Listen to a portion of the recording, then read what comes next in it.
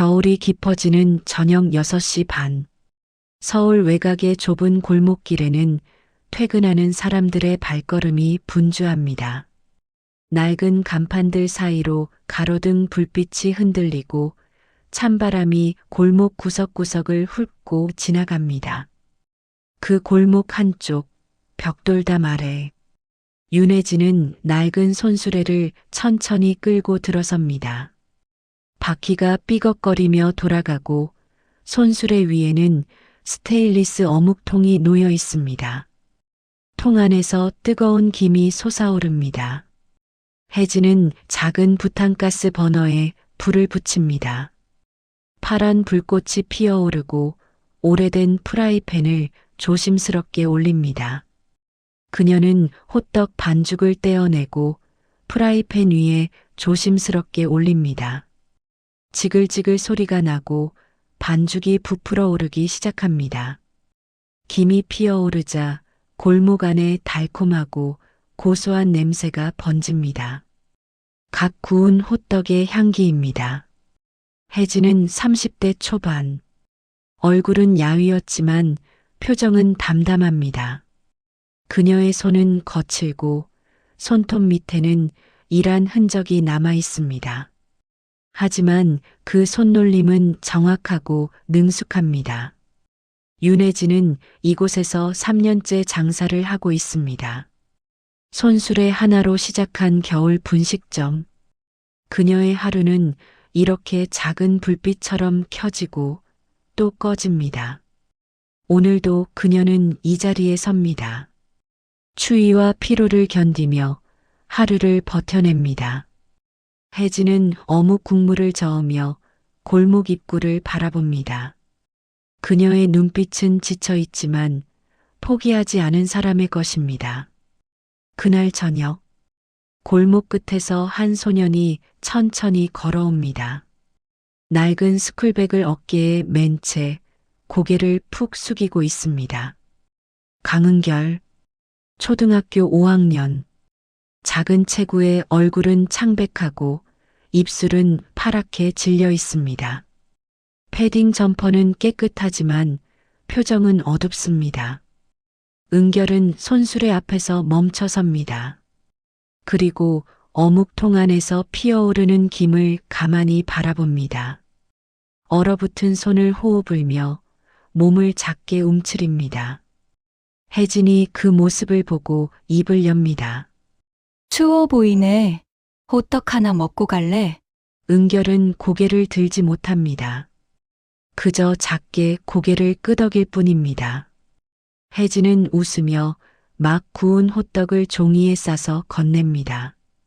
은결은 두 손으로 조심스럽게 받아듭니다. 뜨거운 온기가 손바닥을 타고 올라옵니다. 은결은 천천히 호떡을 한 입 베어 뭅니다. 달콤한 꿀이 입안에 퍼지고 따뜻한 온기가 목을 타고 내려갑니다. 그의 얼굴에 처음으로 작은 표정이 떠오릅니다. 그 작은 표정 하나가 혜진에게는 묘한 울림으로 다가왔습니다. 설명할 수 없는 감정. 마치 오래전 잃어버린 무언가를 다시 마주한 것 같은 느낌이었습니다. 혜진은 플라스틱 의자를 하나 꺼내 은결 앞에 놓아줍니다.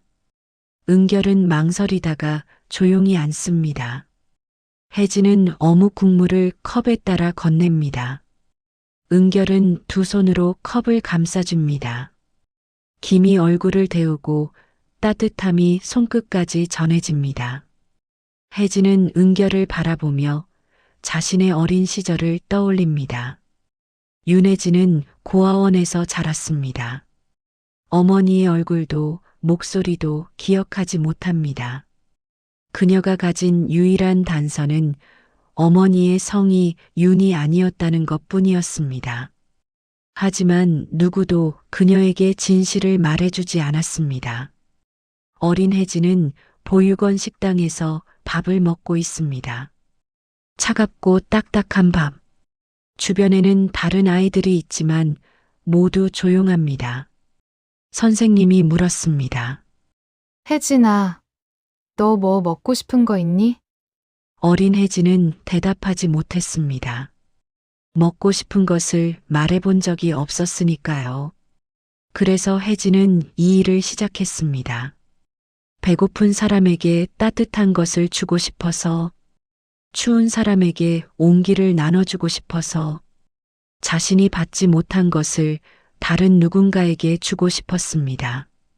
그 후로 며칠이 지났습니다. 은결은 학원이 끝나면 매일같이 혜진의 손수레 앞에 나타납니다. 말없이 어묵 국물을 받아들고 플라스틱 의자에 앉아 천천히 마십니다. 혜진은 묻지 않습니다.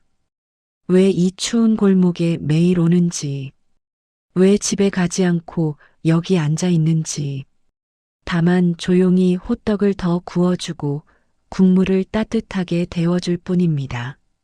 사흘째 되는 날, 은결이 먼저 입을 엽니다. 이모, 이름이 뭐예요? 윤혜진. 그냥 혜진이라고 불러도 돼. 혜진 이모. 은결이 작게 중얼거립니다.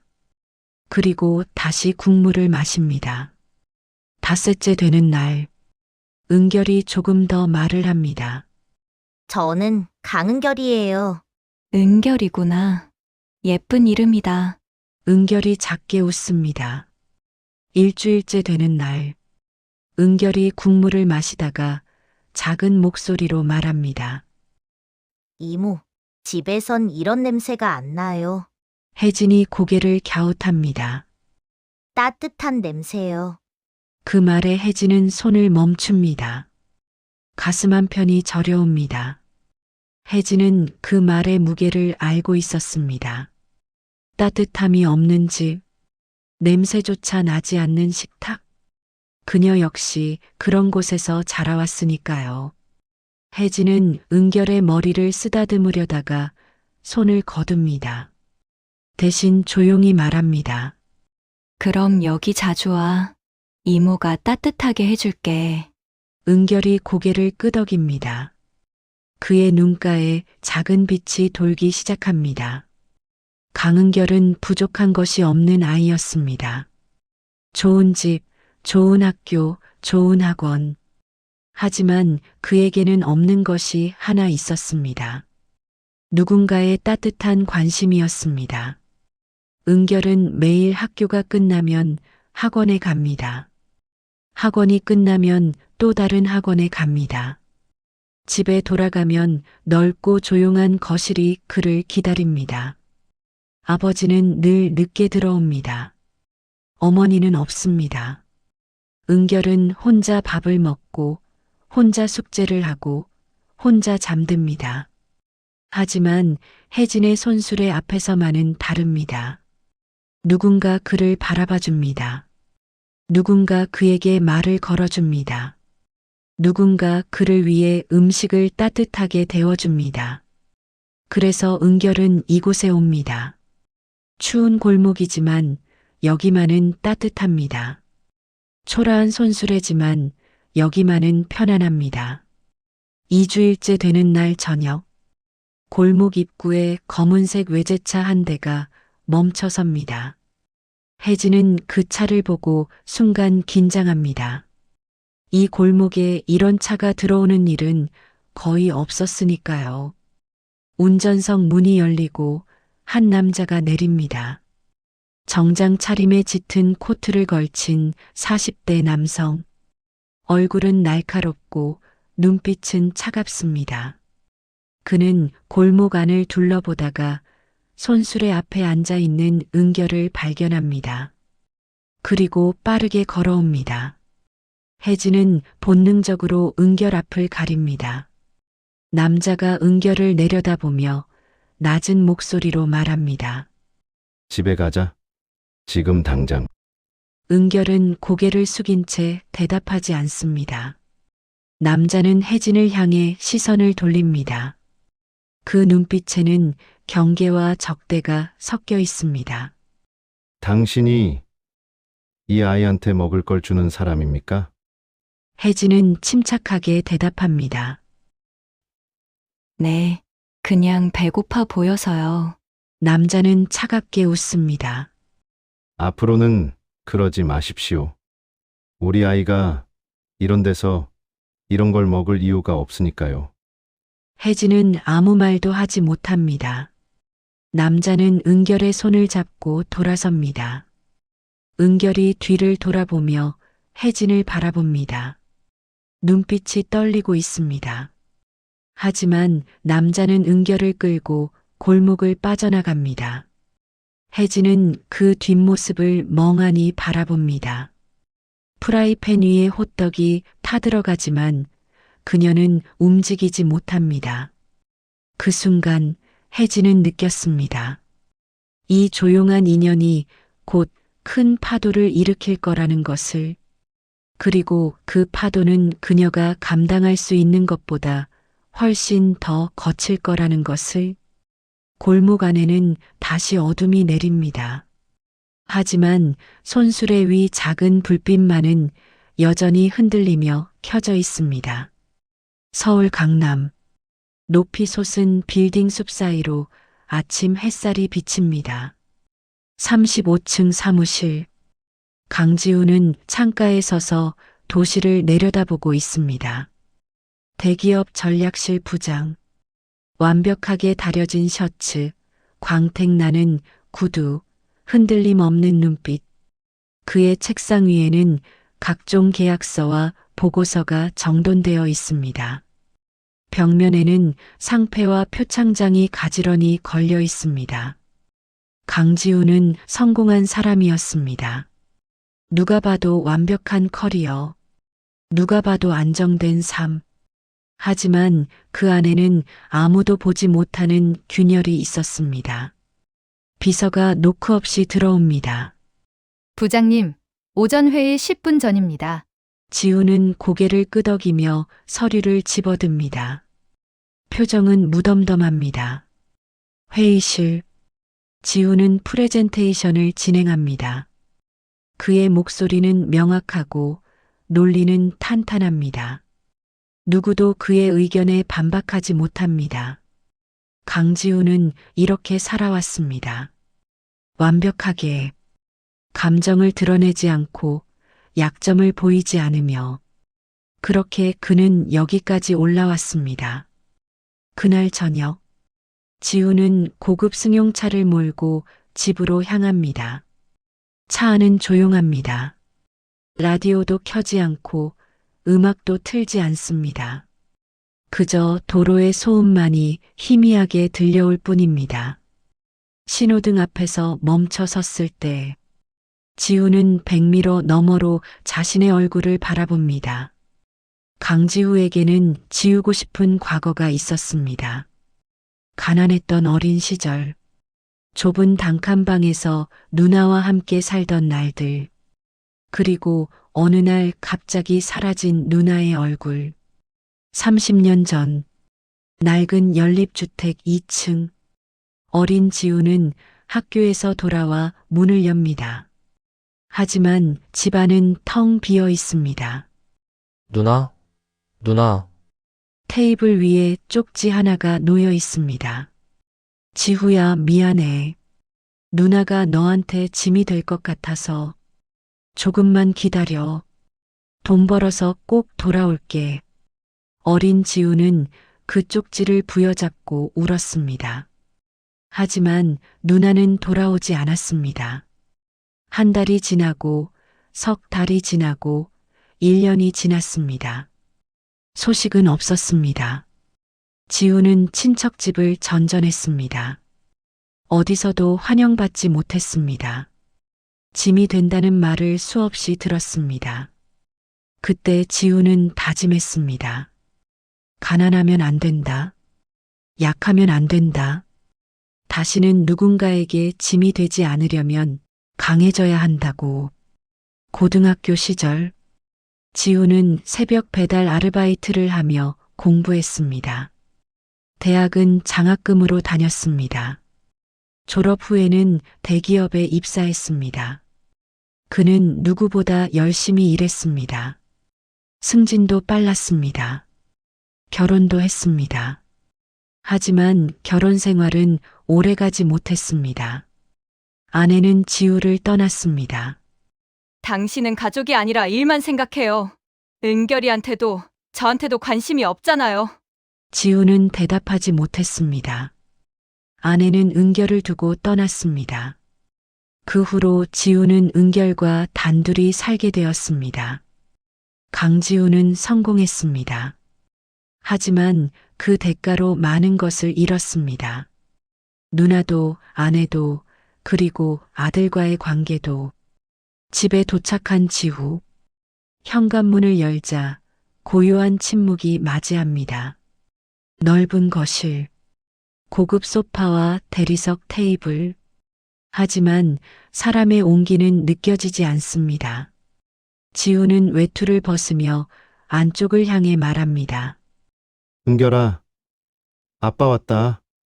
대답이 없습니다. 지우는 은결의 방문을 엽니다. 은결은 책상 앞에 앉아 있지만 공부를 하고 있지 않습니다.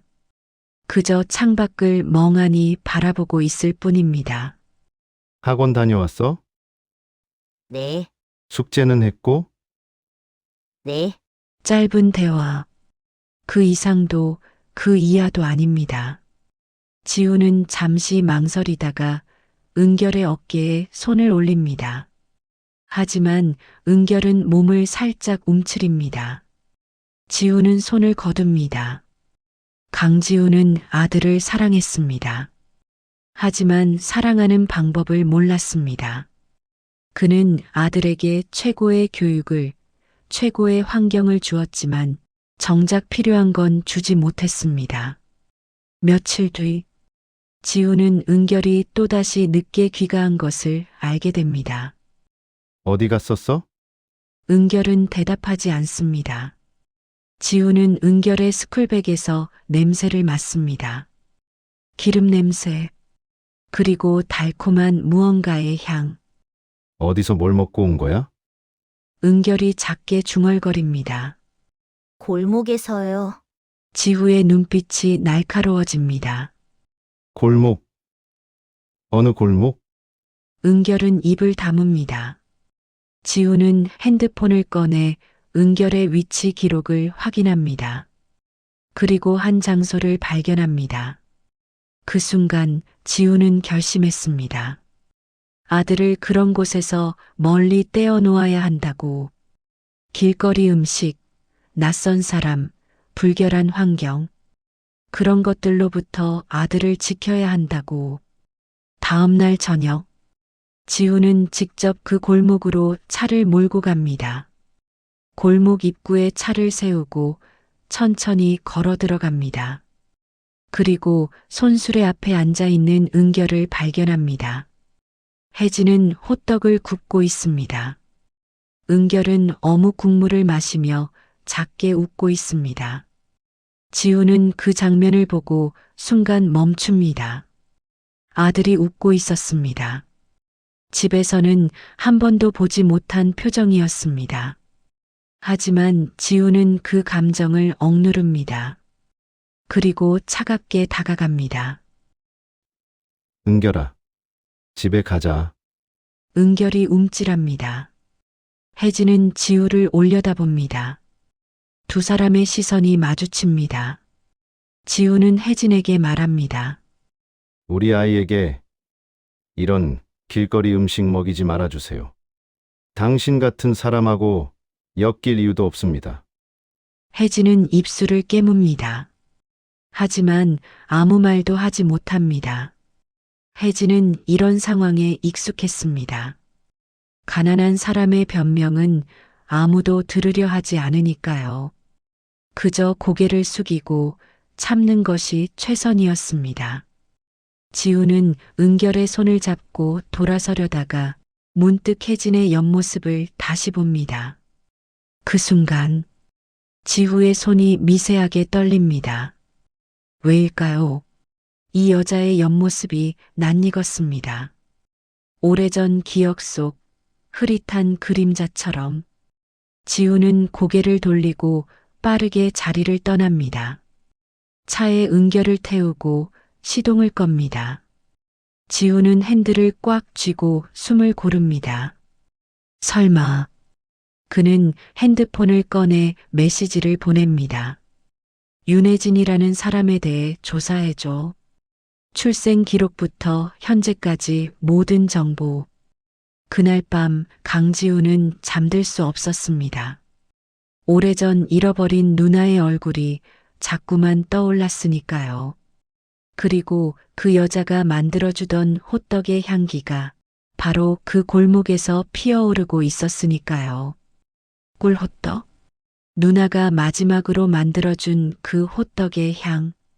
그것이 30년 만에 다시 그를 찾아왔습니다. 어두운 밤. 도시의 불빛들이 반짝이지만 지우의 얼굴은 어둠 속에 잠겨 있습니다. 사흘 뒤, 지후의 사무실. 비서가 두꺼운 서류 봉투를 건넵니다. 부장님, 요청하신 자료입니다. 지우는 봉투를 받아들고 천천히 펼칩니다. 첫 장, 윤혜진여 32세 무직 노점상. 두 번째 장, 출생 기록 서울시 영등포구 병원. 세 번째 장, 어머니 강혜진 생년월일 1965년 3월 12일. 지후의 손이 떨립니다. 강혜진. 바로 그의 누나 이름입니다. 네 번째 장, 어머니 사망 기록 출산 후 이틀 뒤 사망, 사인 산후출혈.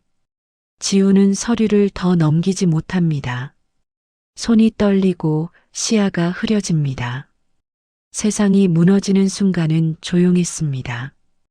비명도 폭발음도 없었습니다.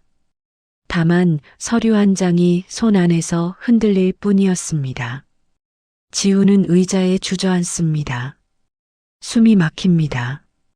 혜진이가 내 조카였어. 지우는 서류를 계속 읽어 내려갑니다. 유아시설 입소 기록 생후 3개월. 보육원 입소 만 5세. 보육원 퇴소 만 18세. 강혜진은 동생을 위해 집을 나왔습니다. 공장에서 일하며 돈을 벌었습니다. 하지만 그녀는 사고를 당했고 병원에 실려갔을 때 이미 임신 중이었습니다. 30년 전, 낡은 산부인과 병원. 강혜진은 침대에 누워 있습니다. 얼굴은 창백하고 몸은 식어갑니다. 간호사가 아기를 안고 옵니다. 딸입니다. 건강해요. 혜진은 아기를 바라보며 희미하게 웃습니다. 이름은 혜진이. 해가 뜨듯 밝게 살아줘. 그것이 그녀의 마지막 말이었습니다. 강혜진은 동생에게 돌아가고 싶었습니다. 하지만 돌아갈 수 없었습니다.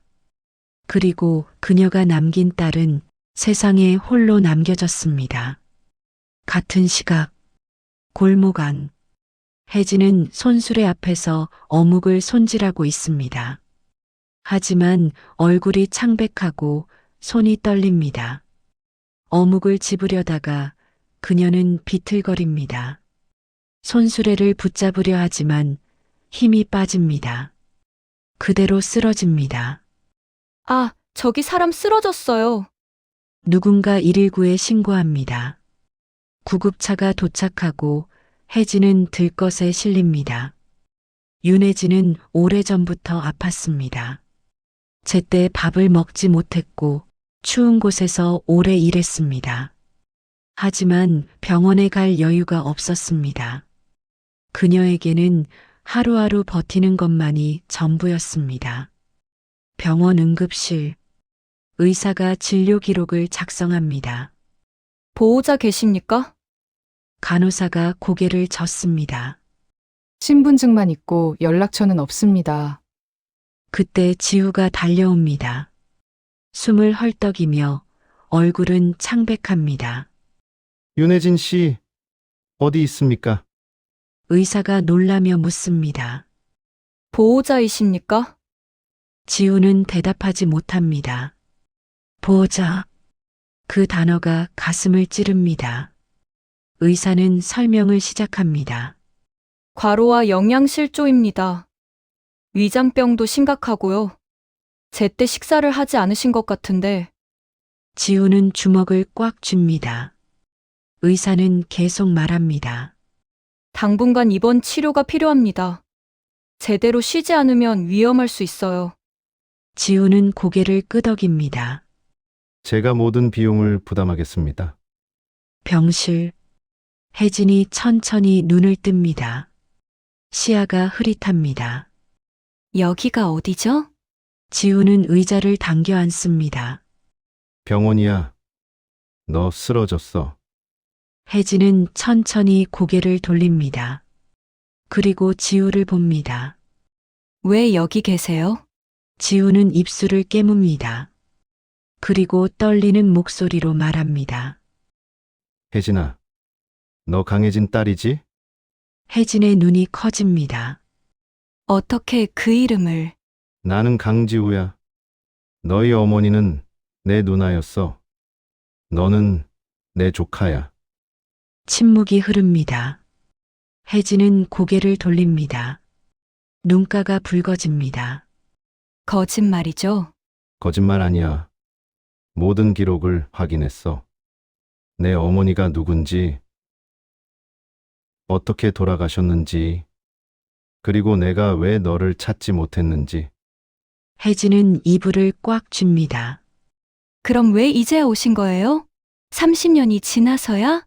지우는 대답하지 못합니다. 혜진의 목소리가 떨립니다. 저는 혼자 컸어요. 고아원에서, 보육원에서, 거리에서. 아무도 저를 찾지 않았어요. 아무도요. 지우는 주먹을 꽉 쥡니다. 미안해. 정말 미안해. 나는 누나가 죽은 줄도 몰랐어. 너를 낳았다는 것도 몰랐어. 미안하다고 달라지는 게 뭐가 있어요? 전 이미 이렇게 살아왔는 거려. 지우는 고개를 숙입니다. 나는 가족을 지키지 못했어. 누나도, 너도, 은결도. 나는 너무 많이 놓쳤어. 혜진은 천장을 바라봅니다. 저는 당신 집에 갈 수 없어요. 지우가 고개를 듭니다. 저는 이 손수레 하나로 살아왔어요. 비록 초라하지만 이게 제 삶이에요. 당신들 집안에 들어가면 제가 쌓아온 것들이 다 사라지는 거 아닌가요? 지우는 할 말을 잃습니다. 가족이란 무엇일까요? 피로 이어진 것일까요? 아니면 함께한 시간으로 만들어지는 것일까요? 두 사람은 같은 피를 나눴지만 함께한 시간은 없었습니다. 혜진은 눈을 감습니다. 조금 생각할 시간을 주세요. 지우는 천천히 일어섭니다. 알았어. 천천히 생각해. 하지만 나는 내 곁에 있을게.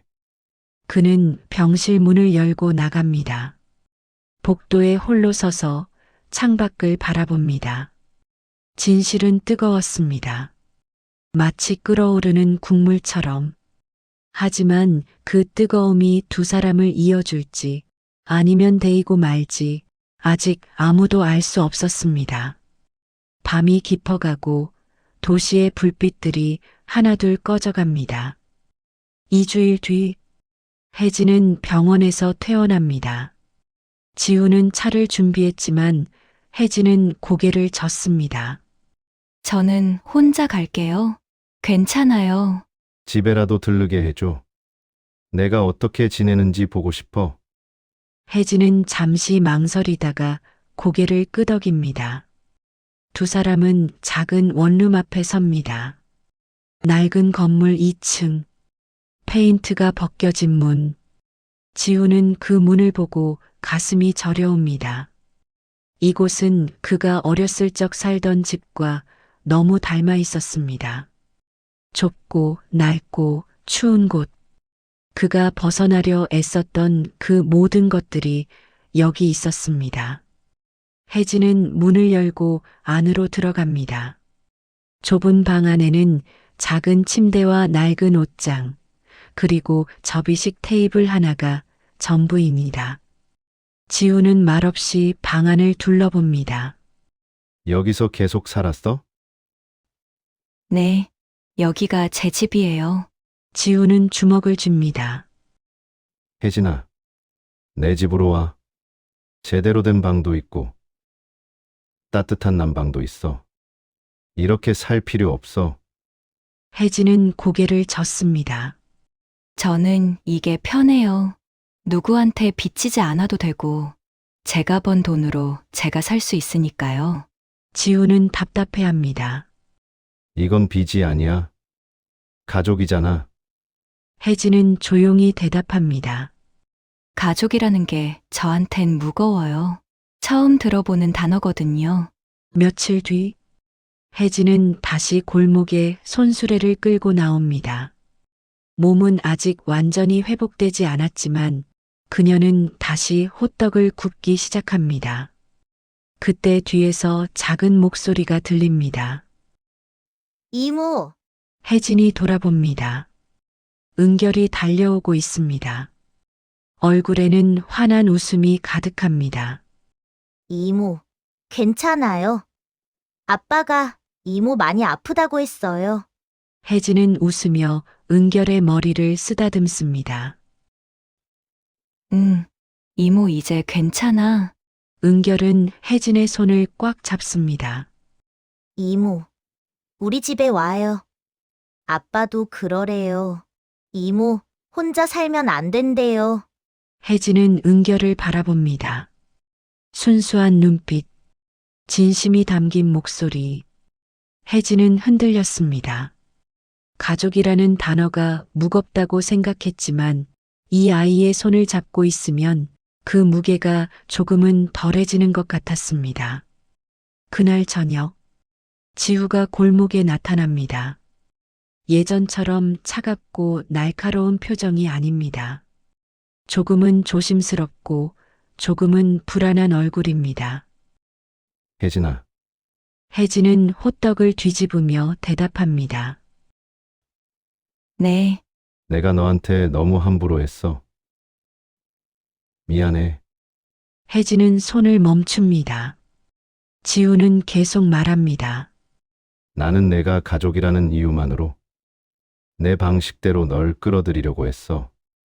그게 너한테 얼마나 폭력적인지 생각하지 못했어. 혜진은 지우를 바라봅니다. 지우는 천천히 말합니다. 내가 원하는 대로 살아. 나는 그냥 옆에 있을게. 내가 필요할 때만 손 내밀게. 혜진의 눈가가 붉어집니다. 제가 쌓아온 것들도 존중해 주실 수 있어요? 그럼 당연하지. 혜진은 잠시 망설이다가 입을 엽니다. 그럼 가끔씩 와주세요. 이렇게 골목에 제 호떡 먹으러요. 지우는 놀라지만 곧 미소 짓습니다. 그래. 자주 올게. 다음 주 골목에는 이상한 풍경이 펼쳐집니다. 혜진의 손수레 앞에 은결이 앉아 있고 그 옆에는 정장 차림의 지우가 서 있습니다. 지우는 어색하게 호떡을 받아듭니다. 오랜만에 먹어보네. 혜진은 웃습니다. 어머니가 만들어주시던 맛이랑 비슷해요? 지우는 한 입 베어 물고 눈을 감습니다. 응. 비슷해. 누나가 마지막으로 만들어준 그 맛이야. 은결이 끼어듭니다. 아빠, 이모 호떡 진짜 맛있지? 그래. 정말 맛있어. 세 사람은 손수레 앞에서 조용히 호떡을 먹습니다. 찬바람이 불지만 그들 사이에는 따뜻한 온기가 흐릅니다.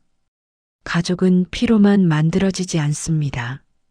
함께 나눈 음식, 함께 보낸 시간, 함께 나눈 온기, 그것들이 모여 진짜 가족이 됩니다. 몇 달 뒤 골목 안 풍경이 조금 달라졌습니다. 혜진의 손수레는 여전히 그 자리에 있지만 이제는 조금 더 튼튼한 천막이 쳐져 있습니다. 은결은 단골 1호라고 적힌 명찰을 달고 혜진을 도와 어묵을 나눠줍니다. 지우는 퇴근 후 가끔씩 들러 무거운 짐을 옮겨주거나 설거지를 돕습니다. 어느 날 저녁, 혜진이 지우에게 말합니다. 저 가끔 생각해요.